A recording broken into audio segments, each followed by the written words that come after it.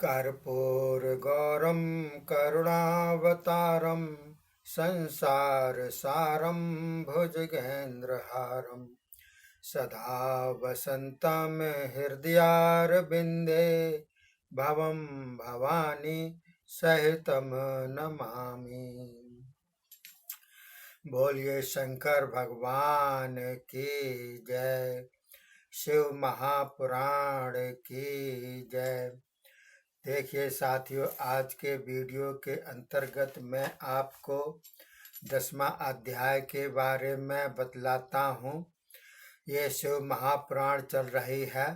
ये जीवनदायिनी है, मोक्षदायिनी है और संतोष को देने वाली है, कल्याणकारी है। आप निरंतर हमारे वीडियो के माध्यम से शिव महापुराण का श्रवण करते रहिए।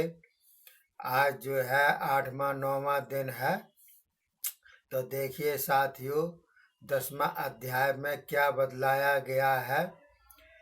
ब्रह्मा विष्णु बोले, शिव जी से बोल रहे हैं, हे प्रभु, सृष्टि आदि के 5 कृत्यों का लक्षण कहिए। शिव बोले, मेरा कार्य एवं ज्ञान गुह है, किंतु कृपा से मैं तुमको कहता हूँ। हे ब्रह्मा विष्णु, सृष्टि स्थित संहार तिरोभाव अनुग्रह, ये जगत के 5 काम मेरे नित्य सिद्धि हैं। सृष्टि के आरंभ को सर्ग, उसकी वृद्धि को स्थिति, उसके नाश को संहार एवं उद्धार का नाम उत्क्रम कहा गया है। उसमें मोक्ष को अनुग्रह कहा है। यह 5 कार्य मेरे हैं। इन कार्यों को पृथ्वी आदि मौन होकर गोपुर बिंब की भांति धारते हैं। सर्गादि 4 कार्य तो सृष्टि कर्म में प्रविष्ट है। 5वां मोक्ष का कार्य मुझ में स्थिर है। इन्हें 5 भूतों में ही मेरे जन देखते हैं।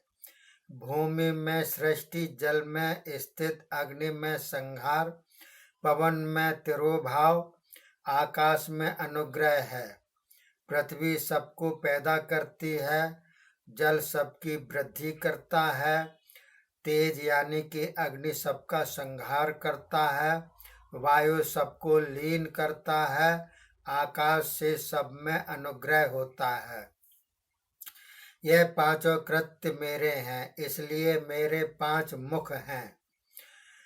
4 मुख तो चारों दिशाओं में है और 5वां मुख मेरे मध्य में है।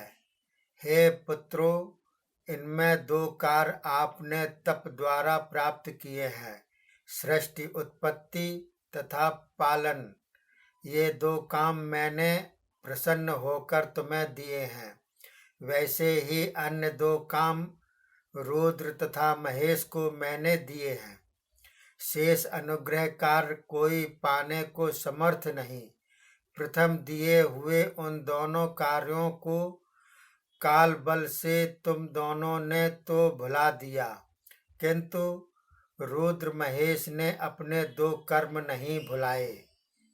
उन कार्यों के लिए रूप, वेश, कृत्य, वाहन, आयुधादि में हमने साम्यता प्रदान की। मेरे ध्यान को छोड़ देने से आप दोनों को मूढ़ता प्राप्त हो गई है। मेरा ज्ञान होने पर ऐसा नहीं होता।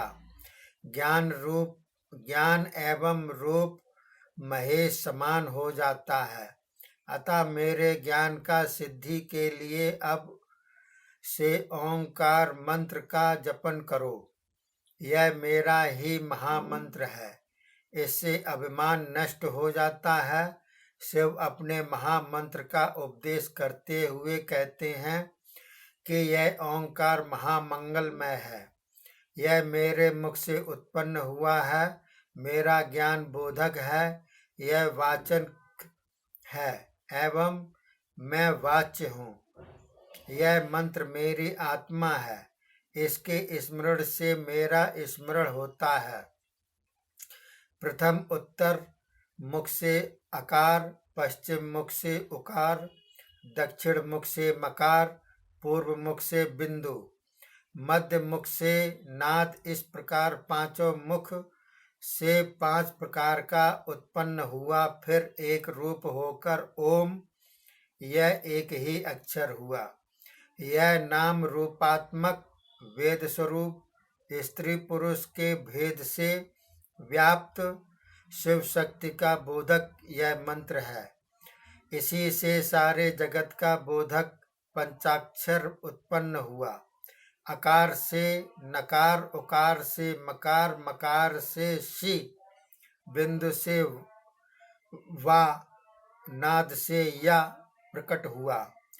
नम शिवाय यह पंचाक्षर मंत्र है। इस पंचाक्षर से 5 भेदों वाला मातृका उत्पन्न हुई। उससे शुरू मंत्र 4 मुखों से त्रिपदा गायत्री हुई। उससे सारे वेद प्रकट हुए। फिर करोड़ों मंत्र, उन मंत्रों से तो वही सिद्ध होती है। पंचाक्षर से सर्व सिद्धि होती है। इसी श्रेष्ठ मंत्र द्वारा भोग एवं मोक्ष सिद्ध होता है।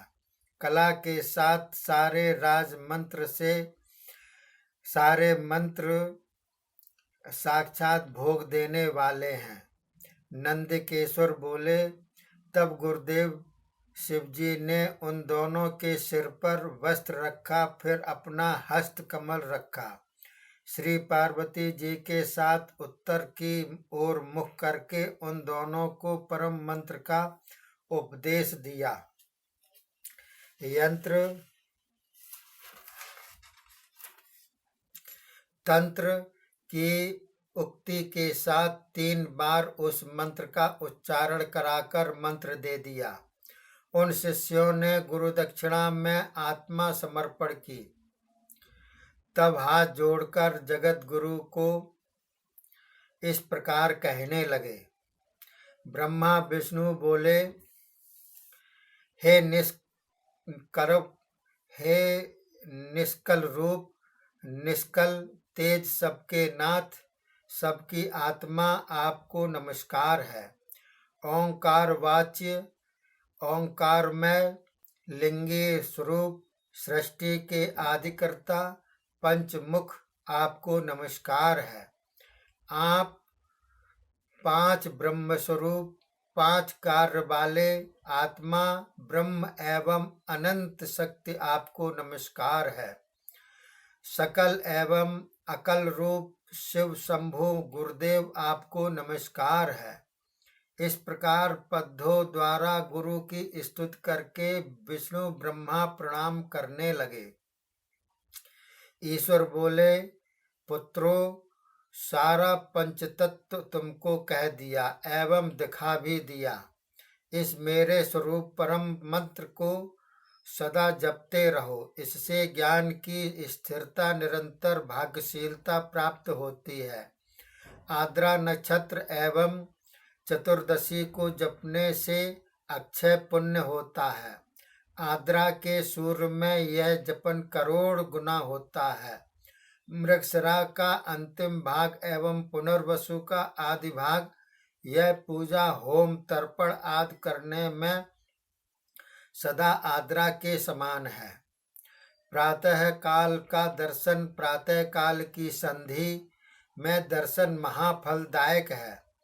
अर्धरात्रि व्यापनी चतुर्दशी लेनी, प्रदोष व्यापनी भी कोई कहते हैं, वह भी श्रेष्ठ है, पर तिथि युक्त प्रशस्य है। लिंग और बेर मेरे तुल्य हैं। यजन करने वालों को लिंग उत्तम है। मोक्षार्थियों को बेर से भी पर लिंग की पूजा करनी चाहिए। लिंग ओंकार मंत्र है, बेर पंचाक्षर मंत्र से पूजे।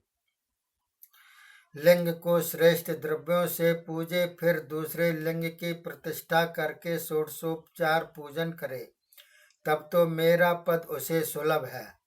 इस प्रकार शिष्यों को उपदेश करके शिव अंतर ध्यान हो गए। बोलो शंकर भगवान की जय। शिव महापुराण की जय। हर हर हर महादेव शंभु। ये आपका 10वां अध्याय समाप्त हो गया। 11वें अध्याय में आगे हम आपको चर्चा करेंगे। तब तक के लिए धन्यवाद। जय हिंद, जय भारत।